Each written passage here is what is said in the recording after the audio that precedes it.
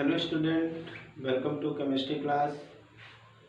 In today chemistry class we will continue Arrhenius equation.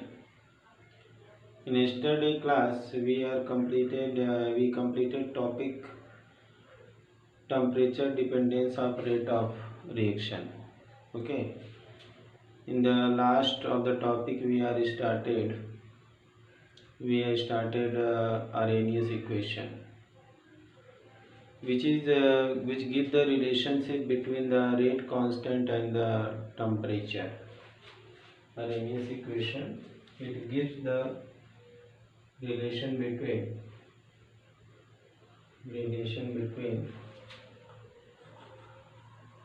Arrhenius equation is the relation between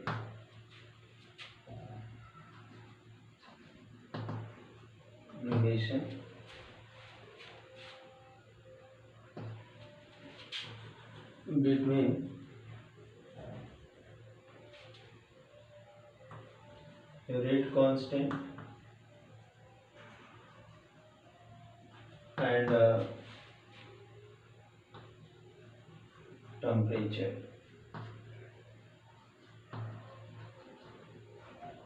absolute temperature भी लिख सकते हैं। और equation हमारा था यहाँ पे K equal to A E upon R T. ठीक है, कौन चीज कहाँ पे क्या है, where K rate constant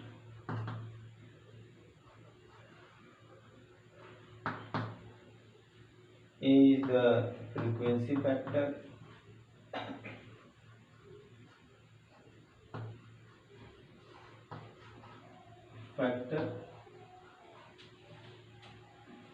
E is the activation energy,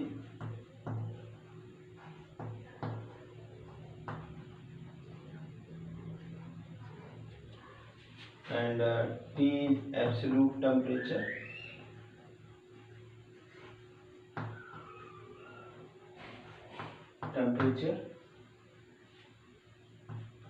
R is the constant and its value is 8.314 Joule.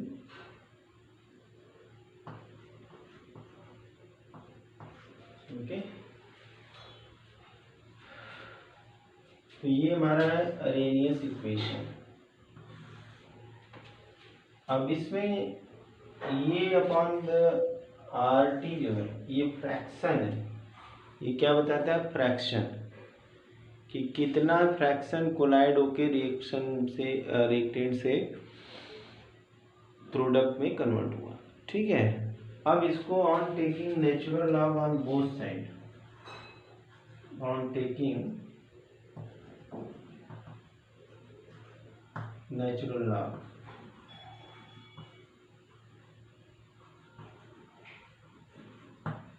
क्या होगा, ln k equal to ln a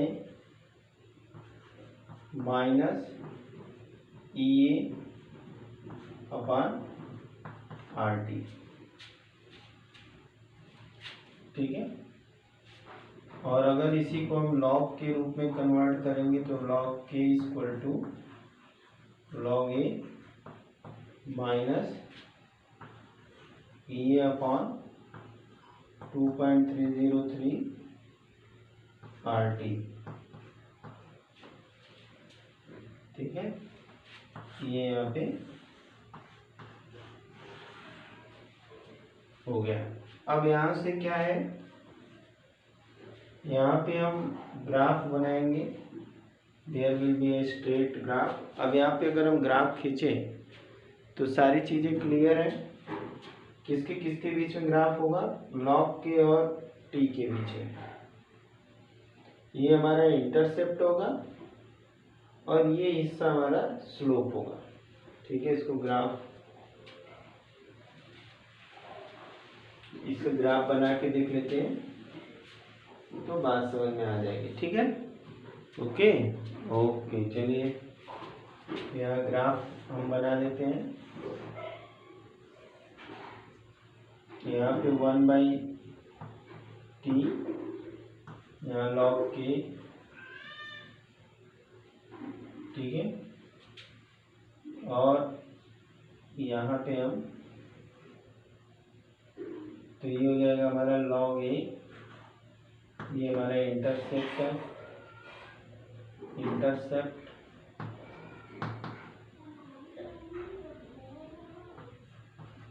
ठीक है, और ये हमारा स्लोप होगा माइनस e अपॉन 2.303 r। ठीक है, तो ये हमारा है ग्राफ, ये इस इक्वेशन से समझ में आता है। ठीक है, स्ट्रेट लाइन ग्राफ मिला है, ठीक, और ये मेरा स्लोप है, ये यहाँ पे टच नहीं है। ठीक है, तो ये हो गया है हमारा ग्राफ, नोट कर लीजिए। तो ये हमें समझ में सबको आ गया होगा, ये इक्वेशन और ये ग्राफ। ठीक है, अब इसके बाद हम देखते हैं यहाँ पे, ये बहुत इम्पोर्टेंट टॉपिक है, न्यूमेरिकल बहुत सारे आते हैं। अगर मान लें कि if k1 and k2 are rate constant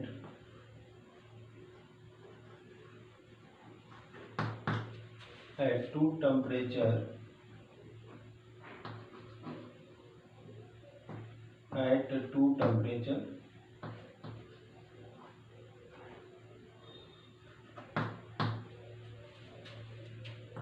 T1 and T2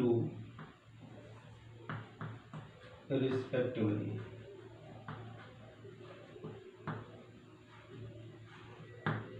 okay. तो यहाँ पे क्या होगा, log k1 equal to log a minus e a upon 2.303 RT1, equation 1, and second equation will be log k2 minus log a minus EA upon 2.303 RT2, equation 2, okay. ये समझ आ गया। अगर K1 K2 दो डिफरेंट रेट कांस्टेंट, दो different temperature पे हैं, तो equation ये हो गया। अब अगर यहाँ से ऑन सब्ट्रैक्टिंग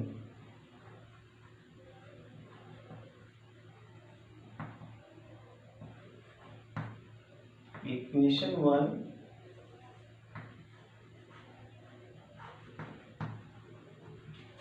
1 from equation 2,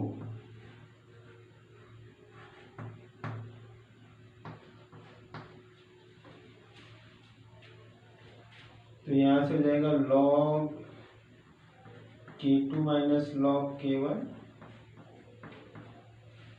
ठीक है, ये दोनों कट जाएंगे और यहाँ से हो जाएगा ये माइनस प्लस हो जाएगा, ये हो जाएगा EA upon 2.303 1 upon T1 minus 1 upon T2, ठीक है। क्लियर है ये? कोई दिक्कत हो तो पूछ सकते हो। और इसी चीज को हम स्टिल लिख सकते हैं, हम लोग जानते हैं कि लॉग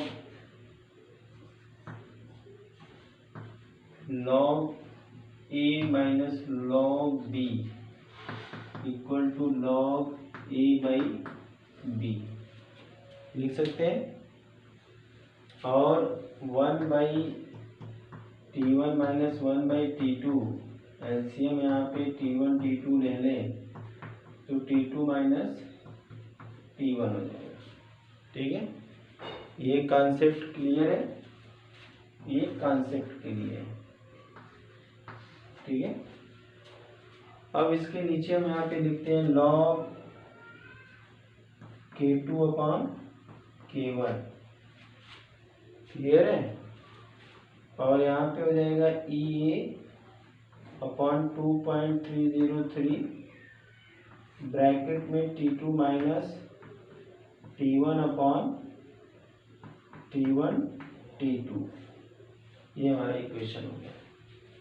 फाइनली ये इक्वेशन होगा, इस पे हमें बहुत सारे न्यूमेरिकल मिलेंगे। ठीक है, तो इसको नोट कर लिया जाए। फिर उसके बाद हम लोग नेक्स्ट टॉपिक पे आएंगे। सिंपल था, यहाँ पे हमने मान लिया K1 K2 रेट कांस्टेंट है, दो टेम्परेचर पे T1 एंड T2 रिस्पेक्टिवली है। फिर उसके बाद हमने यहाँ पे क्या किया कि वैल्यू पुट कर दी, ये कांस्टेंट है, दोनों में सेम होगा। log K1 equal to log A minus EA upon 2.303 RT1 और log 2 equal to log A minus EA upon 2.303 RT2। अब इक्वेशन 2 में से एक को घटा दिया तो log K2 minus log K1 ये दोनों कट जाएंगे और ये हमारा इक्वेशन हो जाएगा। ठीक है, इसी चीज़ को इस कॉन्सेप्ट से हमने क्या किया, log K2 अपन K1 कर दिया और यहाँ पे EA अपन 2.303 T2 माइनस T1 अपन T1 इंटू T2, ये हमारा फाइनल इक्वेशन हो गया। अब इस पे आगे चल करके हम लोग क्या करेंगे, न्यूमेरिकल देखेंगे। अब हमारी अगली हेडिंग जो होती है, अब ये देखना है कि अगर कोई भी कोलिजन टेम्परेचर अगर बढ़ाते हैं तो क्या होता है। हमारी अगली हेडिंग में effect of temperature on the rate of reaction, effect of temperature on the rate of reaction, effect of temperature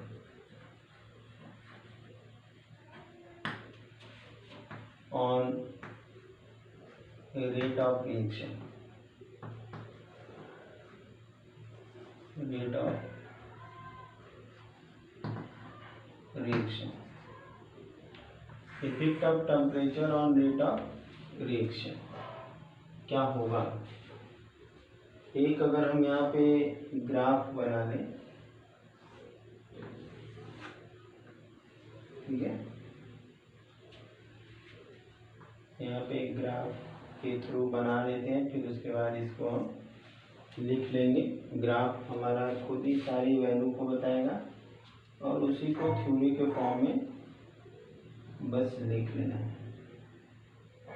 ठीक है, हमें ये देखना है कि टेम्परेचर बढ़ाते हैं तो रेट ऑफ रिएक्शन के ऊपर क्या डिपेंड। इधर हम लिख लेंगे फ्रैक्शन ऑफ मॉलिक्यूल, इस साइड में ये ग्राफ थोड़ा सा सीधा करना पड़ेगा। ठीक है, फ्रैक्शन ऑफ मॉलिक्यूल और इस साइड में हो जाएगा काइनेटिक एनर्जी।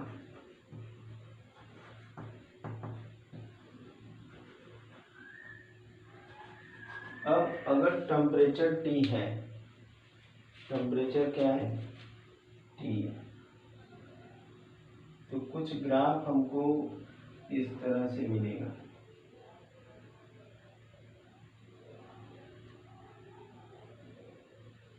ठीक है, ये हमारा फ्रैक्शन ऑफ मॉलिक्यूल है जो कि T टेम्परेचर पे है। इनकी एक काइनेटिक एनर्जी बढ़ती है और ये रिएक्टेंट से प्रोडक्ट में कन्वर्ट होते हैं। ठीक है, ये कब है? जब टेम्परेचर T है। लेकिन अगर टेम्परेचर 10 डिग्री बढ़ा दें, अगर हम टेम्परेचर क्या करें 10 डिग्री बढ़ा दें तो क्या होगा? अगर हम टेम्परेचर 10 डिग्री बढ़ाते हैं तो यहाँ पे नंबर ऑफ फ्रैक्शंस बढ़ जाएंगे। नंबर ऑफ फ्रैक्शन क्या होंगे? बढ़ जाएंगे। यहाँ पे T+10। ठीक है, अगर 10 डिग्री हम टेम्परेचर बढ़ाते हैं तो नंबर ऑफ फ्रैक्शंस यहाँ पे बढ़ जाएंगे। ठीक है, तो हमने क्या देखा कि अगर टेम्परेचर बढ़ाते हैं तो नंबर ऑफ फ्रैक्शन बढ़ जाएंगे और रेट ऑफ रिएक्शन भी बढ़ जाएगा। ठीक है, तो इफेक्ट ऑफ टेम्परेचर हमें ग्राफ से क्या समझ आया कि अगर इनिशियल टेम्परेचर पे कुछ काइनेटिक एनर्जी है, कुछ फ्रैक्शन है, ठीक है, उस समय कुछ रेट ऑफ रिएक्शन है, लेकिन अगर हम टेम्परेचर 10 डिग्री बढ़ा दें तो उस पर क्या इफेक्ट होगा कि यहाँ पे फ्रैक्शन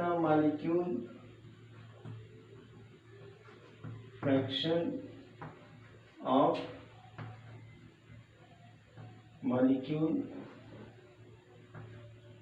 increases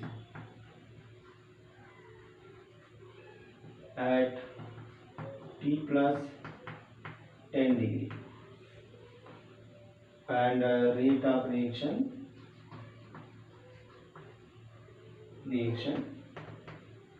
increases। यहाँ पे क्योंकि काइनेटिक एनर्जी भी क्या होगी? बढ़ जाएगी। काइनेटिक एनर्जी भी बढ़ जाएगी, रेट ऑफ रिएक्शन बढ़ जाएगा, क्योंकि यहाँ पे जब हम टेम्परेचर बढ़ाएंगे तो बॉन्ड टूटेंगे, नए बॉन्ड बनेंगे। तो जब बॉन्ड टूटेंगे तो फ्रैक्शन क्या होगा? बढ़ जाएगा। ठीक है, तो ये हो गया हमारा इफेक्ट, ग्राफ के फॉर्म में रहता है। जो हमने यहाँ पे लिखा है उसको लिख लेना है। अब हम आते हैं एक लास्ट, इस चैप्टर की लास्ट थ्योरी पे, कोलिजन थ्योरी आती है, लास्ट है यहाँ पे। तो हमारा अगला जो टॉपिक है वो कोलिजन थ्योरी है। थोड़ी इसके दोनों पार्ट को हम लोगों ने पहले ही पढ़ लिया है, तो हमारा अगला टॉपिक हो जाएगा collision theory of chemical reaction.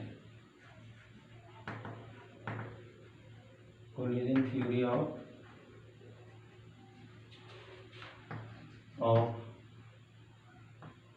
Chemical reaction.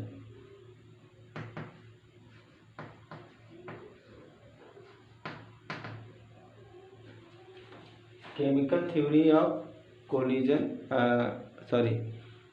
Theory of chemical reaction.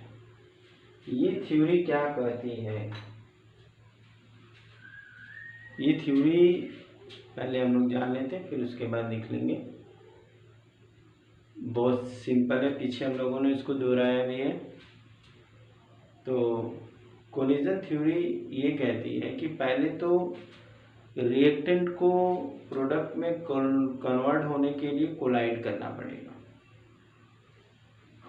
Collide करने में भी कुछ ऐसी मिनिमम या मैक्सिमम एनर्जी की रिक्वायरमेंट होगी जिससे रिएक्टेंट प्रोडक्ट में कन्वर्ट हो सके।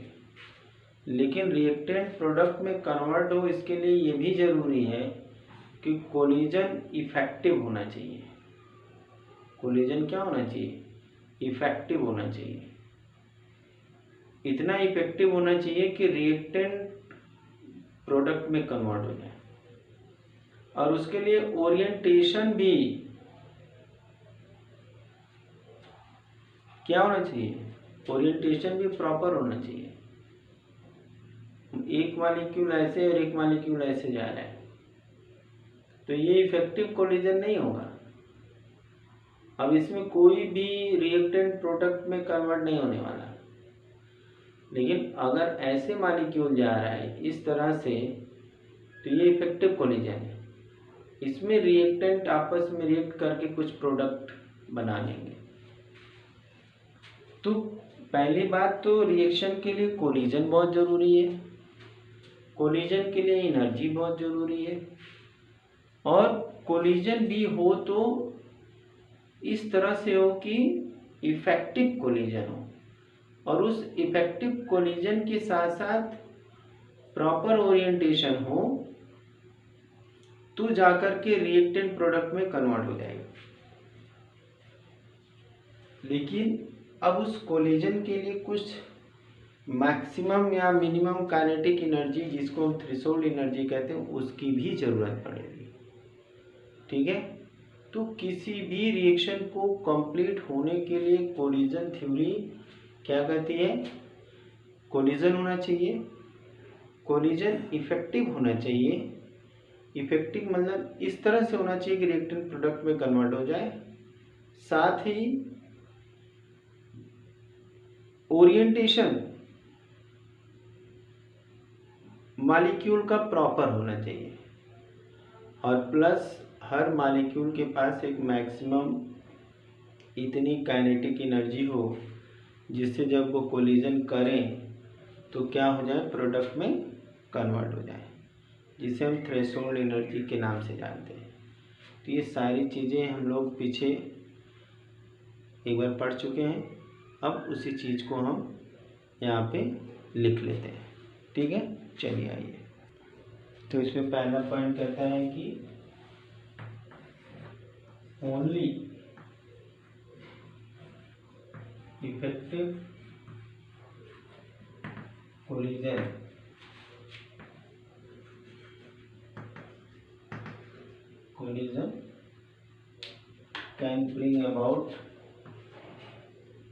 can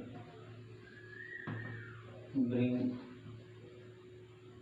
about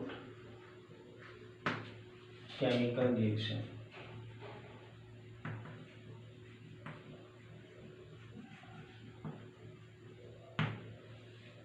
ओके, केवल इफेक्टिव कोलिजन से ही कोई केमिकल रिएक्शन हो सकता है।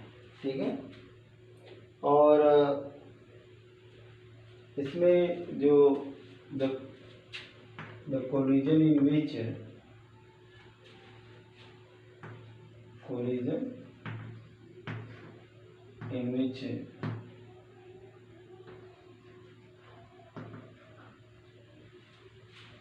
colliding molecules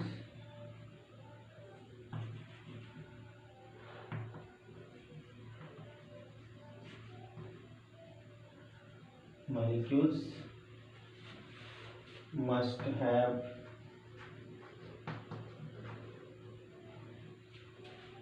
some kinetic energy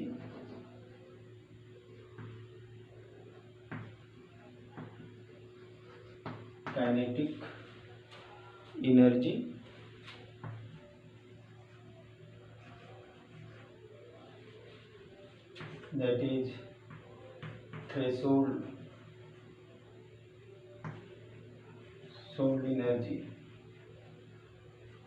energy and proper orientation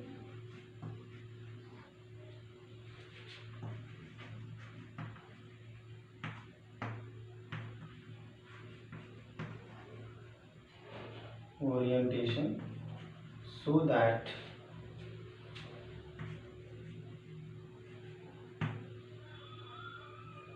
that bond of reactant can break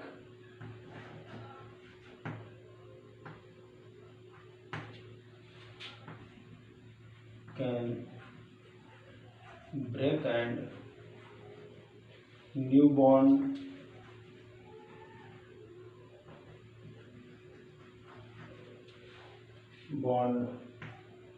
in product can be formed in product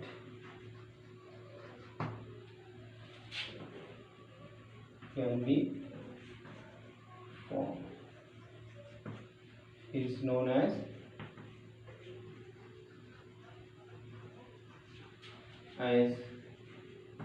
effective collision.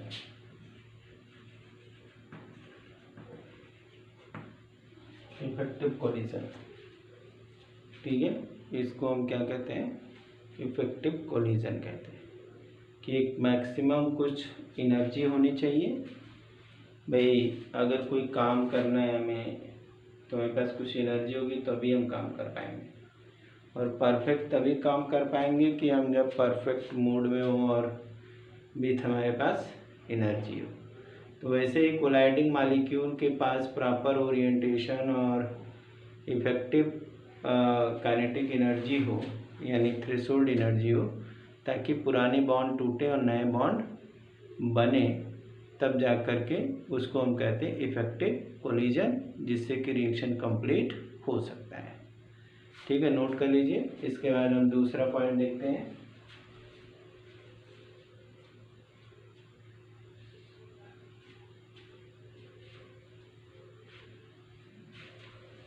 Have you noted?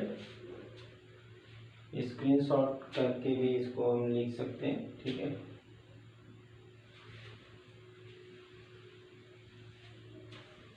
अब इसमें इस तरह से हमें ये समझ में आ गया कि जो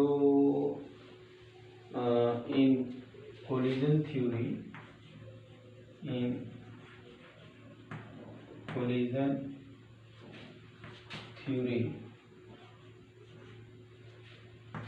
activation energy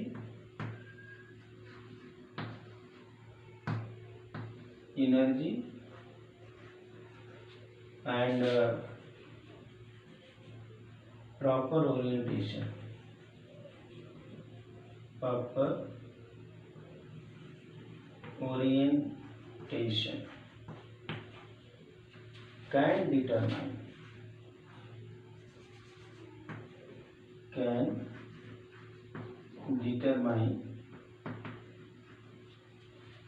can determine rate of reaction, okay, या criteria of can determine criteria of effective collision,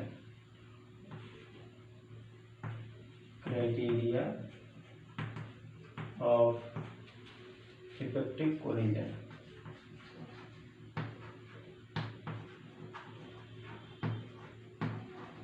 effective collision note कर लीजिए फटाफट।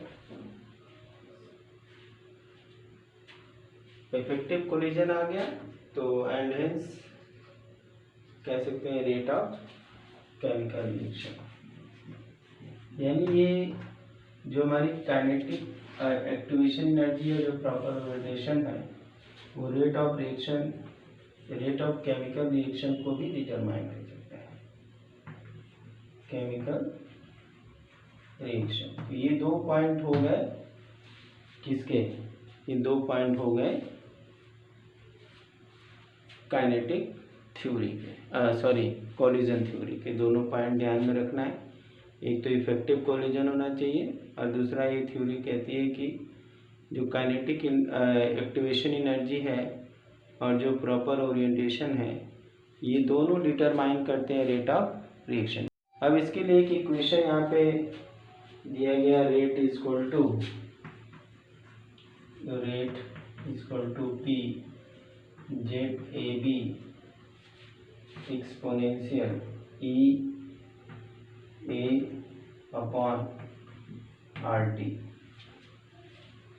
ठीक है। ये इक्वेशन हम लोगों ने पहले भी देखा था। अब इसमें एक चीज नई इसमें जुड़ गई, P फॉर प्रोबेबिलिटी,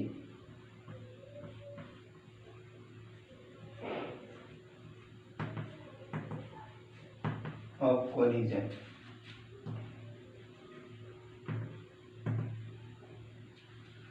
और Z क्या है, frequency, Z is the frequency बाकी हम लोग जानते हैं ये फ्रैक्शन है, ठीक है, फ्रीक्वेंसी ऑफ कोलिजन, बाकी सारे जाने पहचाने हैं, उसमें कोई दिक्कत नहीं है। तो यहाँ पे रेट अगर हमें डिटरमाइन करना है तो ये कोलिजन थ्योरी से कर सकते, ठीक है। तो इस तरह से हम लोगों ने इस चैप्टर के हर एक टॉपिक को कंप्लीट कर लिया। अब जो है कि हम लोग कल की क्लास में हर एक फार्मूले पर न्यूमेरिकल लगाएंगे, उसको देख के आइएगा। इंडेक्स से शुरू करेंगे। Thank you, have a nice day.